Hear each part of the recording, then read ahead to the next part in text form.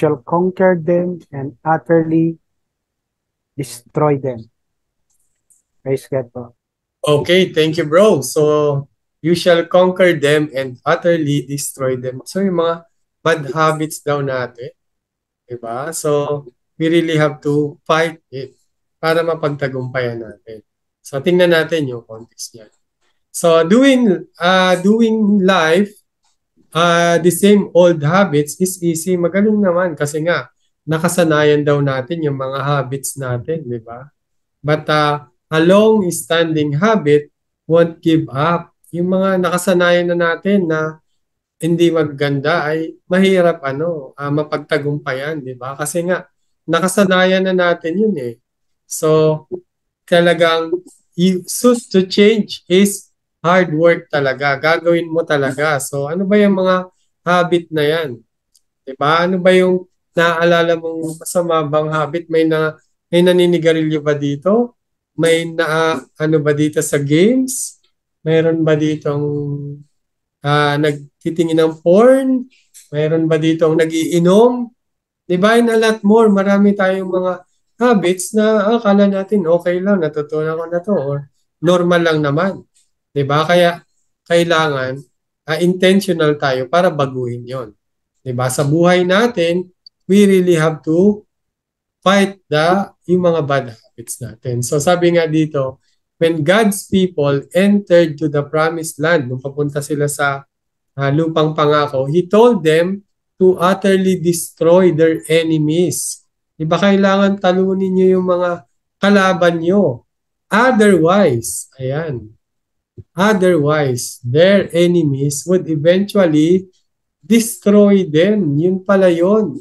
Diba kaya pag inilaw natin na hindi natin dinestroy yung mga enemies natin or yung mga masasamang habits natin, ay tayo ang tatalunin noon.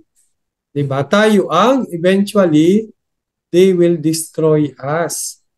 Diba? So, maririnig natin sa mga balita, diba? Oy, ito may binaril na ganito, may sinaksak dahil addict sa drugs, yung mga ganon. Diba? Those habits, kailangan i-destroy. Kasi kapag hindi mo yon nilabanan sa sarili mo, ikaw ang tatalunin niya. Katulad noon, nagawa siya ng masama, so nakakulong or pwede siyang nakamatay din. Di ba? Alright. Yun. Ayan. Alright. So,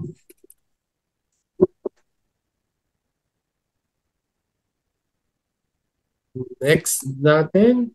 So, when God tells us it's time, pag sinabi daw ni Lord na time na to declare war on bad habits, katulad nun, okay, papunta kayo sa promised land, kailangan talunin nyo lahat yung mga magiging kalaban nyo. Wala kayong kailangan mapagtagumpayan yun para makapunta kayo sa promised land.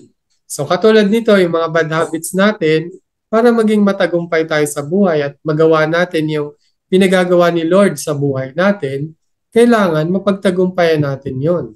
Diba? Kung ano man yung kinahumalingan mo na habit, diba? Kung ikaw ay sugarol, ikaw ay nagchichismis, ikaw ay nandadaya, or nagnanakaw, or wala kang tulog, yung mga bad habits na yun, or mga mahilig ka kumain ng mga unhealthy foods, diba? Or nagsusugal ka, or ano man yung mga nagiging idol mo sa buhay mo na kapag wala nun, parang hindi ka na mabubuhay, parang wala nang gana ang buhay, di ba? Kaya kailangan daw mapagtagumpay natin yun. Otherwise, nagiging natatalo tayo nun. Di ba? Kaya pag sinabi ni Lord na it's time na, so kailangan, ano rin natin, maging kailangan paglabanan natin yun. Di ba? Sabi, it's time to declare war on bad habits. Okay, ngayon, magbabago na ako. Di ba? Katulad nung aking father-in-law. Di ba? Matagal siyang nag-i-smoke mula nung kabataan niya pa hanggang siguro mga 55 or 60s niya. Noon pa rin. And then one time, ano kami, what do you call this? He joined the prayer and fasting sa church namin. And then, isang week yon na hindi siya nag-smoke, talagang trinay niya and talagang pinaglabanan niya, di ba? When you declare war on that bad habits, kailangan we must justify them by sabihin na, oh, everybody is doing it naman. Di ba? So, okay lang yun. Ginagawa lang naman pala ng iba. Oh, or it's not a big problem naman, really. Maliit lang naman. Nag-smoke nga ako. Nag-smoke din naman yung iba, kaya walang problema doon. Diba? Kung mga excuses yung gagawin natin, hindi tayo makakatakas doon sa bad habits na yun. Diba? Huwag na natin i-justify. Kaya, anong nangyari doon sa father-in-law ko, ang ginawa niya after the prayer and fasting, itinuloy niya na. Okay, 1 day. O sige na, tutuloy ko 1 day, 2 days. Hanggang ngayon, di na ulit siya nag-smoke. Diba? So, praise God for that. Diba? Even mga ganun na talagang desidido ka. You have to be intentional in fighting it. Diba? Hindi mo lang hahayaan na, sige, bukas na ako magbabago. Diba? Sabi nga, the best time is always now. Yan. Diba? So, when you declare it, kailangan sabihin mo lagi sa sarili mo at saka paglabanan mo talaga. And sabi pa nga dito, anything that keeps us trapped and stops us enjoying the freedom Jesus bought for us at the cross is a very big problem. Diba? Baka nakakalimutan natin yung freedom na binili ng body of Christ, diba? Blood of Christ, na He died for us to save us from our sins para mabuhay tayo ng may kalayaan, may freedom. This is not a freedom dun sa mga, oy, magkakasala na lang ako, sinave na naman pala ako. Hindi, this is freedom out of sin. Kasi sa isip mo, ikaw ay saved na, hindi na makasalanan, kaya huwag ka nang babalik doon. Diba yung mga old habits mo, huwag ka nang bumalik doon, huwag ka nang magpa-trap ulit doon. Diba? Huwag ka nang magpa-pigil ulit doon. Diba? Yung mga, kung halimbawa, nag-smoke ka, diba? Pagka hindi ako pwede ba sa mag-smoke sa mga open lugar, diba? Ngayon, meron kanya-kanya ng smoking area. Diba? So, wala siyang freedom kasi nga, na siya dun sa kasalanan. Ganon din tayo. Diba na kapag ka nagkasala ka, kailangan you always focus on the Lord and remember what God did for you para makapamuhay ka ng malaya. Diba? Sa kasalanan na, okay, di ko na papansinin yan. Kung may magaganyan man sa tabi ko, lalayo na lang ako. Diba? Ano man yan? Stealing, pagdanakaw, mandadaya, diba? Pornography, at marami pang iba. Diba kailangan labanan natin yan. Okay? And kapag hindi mo na pagtagumpayan yon, it's a very, very big problem. Okay? Very big. Dahil ikaw yung parang sabi nga, it's like a quicksand. Diba parang kumunoy na lulunurin ka hanggang wala ka na. Hanggang lubog ka na ng tuluyan. Diba? Kaya, maaga pa lang, kailangan mo mapaglabanan na. Diba? And sabi nga, so instead of resisting or making excuses, kailangan idaan mo sa prayer. Diba? Kaya very important yung prayer. Diba? Let's pray. Habang nagdadaan ka, Lord, gusto kong alisin itong habit na to. Ang lakas kong kumain ng ganito, ang lakas kong ano man tong ginagawa. Lord, tulungan mo ako. Diba? Kasi doon magsisimula yung intimate relationship mo kay Lord. Diba? Na halos lahat tayo tinanggap natin ang Panginoong Hesus bilang ating Panginoon at tagapagligtas. So very important yung relationship and communication kay Lord. So that's why you always pray. So ano ba ipipray mo? Diba? So Lord, show me, ipakita mo yung root problem nito? Saan ba nag-ugat ito? Itong aking habit na ito. So, maaring mula pagkabata mo or mulang may nangyari sa iyo ng ganitong araw, ng ganitong panahon, 'di ba? Kailangan malaman mo 'yon para ma-address mo.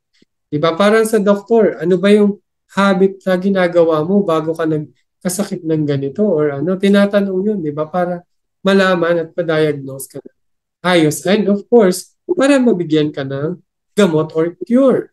'Di ba? Kung meron. And sabi pa nga dito, and how to deal with it. Ayun nga, kung paano mo gagamutin. Diba? And ito, pag-amin na I'm ready for positive change.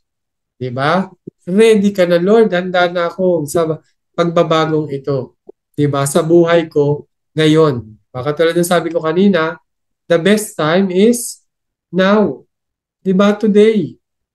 Kung ano man yung pinag-ano mo, ay Lord, mag-i-stop na ako ng pag-i-smoke ko. So, stop ko na today. Diba? Okay, alisin ko na yung mga hindi na ako bibili. Diba? Or ibahin mo yung mo, lahat ng pagka bibili ko, ilalagay ko lang sa alkansya. You know yourself eh. Diba? Kaya hihingi ka ng wisdom kay Lord. Hihingi ka ng tulong kay Lord. Kasi obviously, hindi naman talaga natin kaya without the Lord. Amen? Hindi natin kaya. Kaya, the time you surrender to the Lord, the time you allow God to move, di ba, miracle happens. Katulad nun sa father-in-law ko, di ba, nag-smoke siya, tagal-tagal, habit niya na talaga yun. Hindi lang 20 years or 30 years niyang ginagawa yun, but sa isang prayer and fasting lang, isang linggo lang, di ba, nabago niya. Bakit? It's not sa kanyang lakas, it's not sa kanyang talino, but because of the Lord. Amen? Diba? Hindi talaga natin kaya without Him. Kaya, we really have to go to the Lord. Diba? Ask for help. Pray. Diba? Ramdamin mo. Diba? Read the Bible. Know your Lord. Na pinagpiprayan mo lagi. Diba? Kung hindi mo kilala yung Lord na pinagpiprayan mo, it's even nakakalungkot. Diba? Kaya you read the Bible, you attend fellowship, you listen to preachings, diba? Kasi very important yun sa walk natin. And the most importantly is your action. Diba? As you have, you learn everything from the Bible or the fellowship, yung action mo will reflect yung wisdom na application, na knowledge na natutunan mo. Amen? Ayan. Right? So, sabi nga dito, nung time ni Jesus, after their experience on the Mount of Transfiguration, Jesus' disciples were approached by a man whose son was caught in a harmful cycle, diba? Where he often fell into the fire and water. So, tignan natin yung Matthew 17:15. So, sabi dito, may pumunta raw kay Lord Jesus. So, Lord, have mercy on my son. He said, he has seizures and is suffering greatly. He often falls into the fire and into the water. So, Lord, kawaan mo ako. Diba? Lagi na lang siyang may seizure na tawag dito, nanginginig siya. Diba? Nagko-collapse and nahihirapan talaga siya. And ang nangyayari, kalimitan, lagi siyang bumabagsak sa apoy o sa tubig. Diba? Ikawawa naman siya. So, I brought him to your disciples. Dinala ko siya sa mga disipulo mo. But, hindi niya ma-heal. They could not heal him. Diba? Kaya ang sabi ni Lord Jesus, you unbelieving and perseverance generation. Kayo talaga, wala kayong pananampalataya. Hindi kayo naniniwala. Diba? Sabi niya pa nga dito, how long shall I stay with you? Diba? How long shall I put up to you? Bring the boy here to me. So, gaano ba ako kailangan magtagal dito? Alam niyo na yung ginawa ko. Alam niyo na yung ang Panginoon. Alam niyo na yung aking Ama. Alam niyo na yung mga miracles na ginawa ko. Pero parang wala pa rin kayong faith. Diba? So, parang ganun yung sinasabi doon ng Lord Jesus sa atin. Kaya dinala sa kanya at pinagaling niya, di ba? In our time, ito ay parang siguro epilepsy na ano. So, dinala yon and alam mo yun, napagtagumpayan niya. 'Di ba? So, we go back to the Lord lagi. Punta lang tayo lagi kay Lord. 'Di ba? Kasi hindi natin kaya. Even kahit matanda ka ng Kristiyano, sometimes, 'di ba, na ano ka pa rin. Kaya always, always go back to the Lord. 'Di ba? Always na pray every time. Kaya nga, bukod sa dapat yung bad habit mo, palitan mo ng good habit which is prayer. 'Di ba? Okay. Itong sigarilyo na to, tatapon ko, hindi magpe-pray muna ako. 'Di ba? Hindi ko na to gagamitin, pagpe-pray ko na lang. Yung time na yon, pagpe-pray ko na lang. And unti-unti, 'di ba? Kasi sa first step naman lang mahirap eh. 'Di ba? Katulad noon sa ano ko, father-in-law. First step, ang hirap, parang gusto ko nang kumuha doon sa binili kong sigarilyo. 'Di ba? Gusto kong ano. Pero by God grace, pasa lang. Diba? Hanggang nawala na. Nawala na yung pagkahahanap mo doon. Diba? Hanggang totally mawala na siya. Why? Because of the Lord. Diba, Lord, tulungan mo ako. Hindi ko kaya to. Mahina ako. Nakasanayan ko na to. Kailangan mapagtagumpayan ko. But para sa'yo, gagawin ko. Diba? And kinabukasan, ganun uli. Diba? Hanggang sa totally mawala na siya. Diba? Sabi nga dito, whenever we find ourselves falling into same traps, making the same mistakes, kung makikita natin ang ating sarili na laging umabagsak dun sa paulit-ulit na kasalanan and then paulit-ulit na kamalian, di ba? Jumping into the same hurtful relationship. Kung may mga relationship tayo na nakakasakit lang naman, nahihirapan lang tayo, di ba? At hindi naman kalugod-lugod sa Panginoon, kailangan iwasan na natin. Di ba? And getting hooked up on the same habits na lang. So, very important is it's time. Di ba? Mabuhay tayo na baguhin. It's time to take our problem to kanino? Kay Jesus. Di ba? Kung ano yung example ni Jesus, yun yung sundan natin. At I assure you, hindi ka mapapahamak. I assure you that you're in good hands. Sabi nga, di ba, obedience brings blessing. You just continue to obey. Di ba? And in breaking bad habits, you also need to choose Him all the time. Kasi it's a habit eh. You have to break it, you have to beat it. Di ba? But you have to choose God. Kaya nga very important yung personal relationship natin kay Lord. Kahit may mga kapansanan tayo, may mga habit pa rin tayo na pwedeng minsan yung nagsiserve sa atin. Sometimes, nakakapagbitaw tayo ng masasakit na salita na hindi naman natin sinasadya. Di ba? Or nakakapag-isip tayo ng masama. So, those habits, we have to bring it to the Lord. The Lord, sorry, help me Lord na maging mabuti lagi yung lalabas sa bibig ko. Laging encouragement, laging pagpapasalamat, laging pagpupuri sa iyo. Diba? Because my life is a worship. So I will always do and try my best to bring glory to your name. Diba? And always be sober na lagi kang nasa tamang katinoan na gusto mong sumunod kay Lord at i-glorify yung name niya. Small or big things. Diba? Sa buhay natin. Okay? And sabi nga dito, and ask for His help. Okay? So, itong ask for His help requires humility. Diba? Very important that we go to God in humility. Kasi hindi ka naman pupunta kay Lord kung mayabang ka na, kaya ko to, wala to, kaya ko. Diba? In humility, you ask the Lord, di ko po talaga to kaya. Tulungan niyo po ako. Itong pinagdadaanan ko, hindi ko maintindihan. Talong-talo ako. Agrabyado ako. Hindi ko alam ang gagawin. Lord, tulungan mo ako. Kasi ikaw lang talaga yung makakatulong sa akin para mapagtagumpayan ko ito. Diba? Para mapagtagumpayan ko.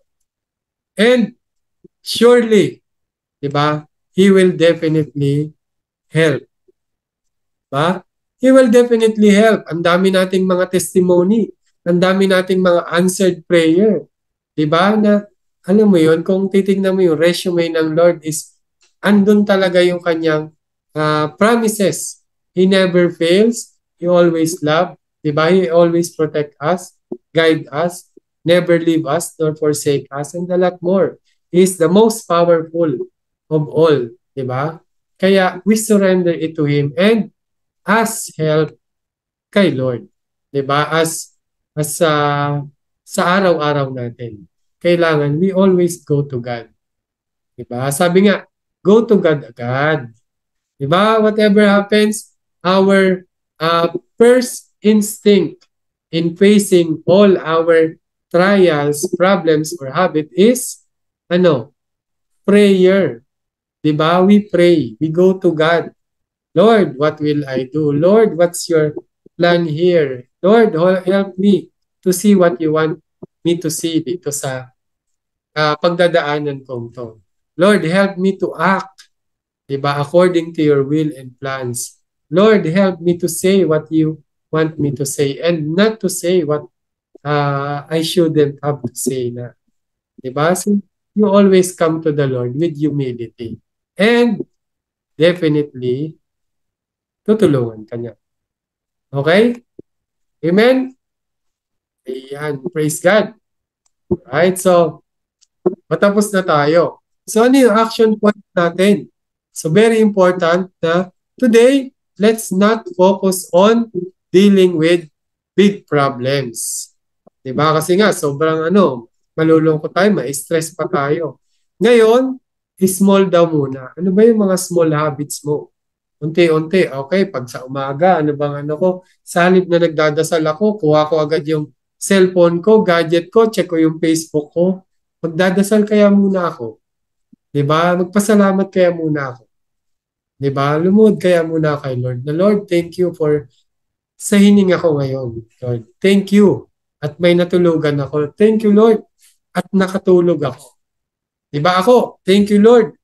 Ito mang mga kamay ko, hindi ko na mapasunod lahat. At least meron pang ibang sumusunod. Lord, thank you. Nagagalaw ko pa yung ulo ko. Lord, thank you. Nagagalaw ko pa yung kamay ko. Diba? Lord, thank you lagi.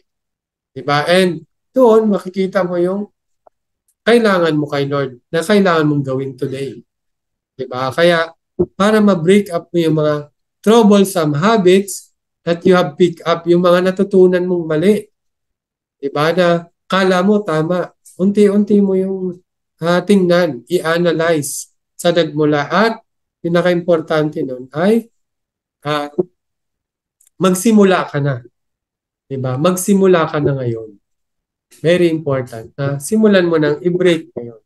Unti-unti. Ang first step lang naman yung pinakamahirap. Diba? At wag na wag mong kakalimutan na to ask God in prayer. Okay? Ask Him to help you. Diba? Na mapagtagumpayan mo yung pagsubok na yun. Diba? Alisin mo yung mga bad habits. So ask God to help you overcome it by showing you the steps to take. Diba? Ano ba yung mga hakbang na dapat mong sundin? As you work on conquering it, journaling your progress may help. Diba? Isulat mo para matandaan mo. Sulat mo yung mga testimony mo na, okay, napagtagumpayan ko na ngayon, bukas ulit, susulat ko para mag-remind sa akin. Diba ako? Diba yung na-share ko sa inyo, yung wall namin. Diba? May priority. Diba? When making decisions, it's always in our wall to prioritize God, my wife, my daughter, my job, and then ministry. That's how I decide. So every time, is this decision glorifying to the Lord? This will benefit or fulfill my obligation and the command of the Lord to my wife, to my daughter, to my job, and to my ministry. Diba? Kasi our life is centered to the Lord eh. Diba? This life is not all about us anymore. It's all about Him. Diba? So, the time na maalala mo yon, ma-realize mo the better. Kasi para hindi ka stress sa buhay. Diba? Para mapagtagumpayan mo yung mga old habits na yan. Amen? So, thumbs up nga dyan kung i-break mo na yung mga old habits mo. Ayan, praise God. So, kailangan mapaglabanan natin yun. Kasi, yun ang kailangan at yun ang mas mag-increase yung ating relationship with the Lord. Amen? Praise God. Alright, so before tayo mag-go,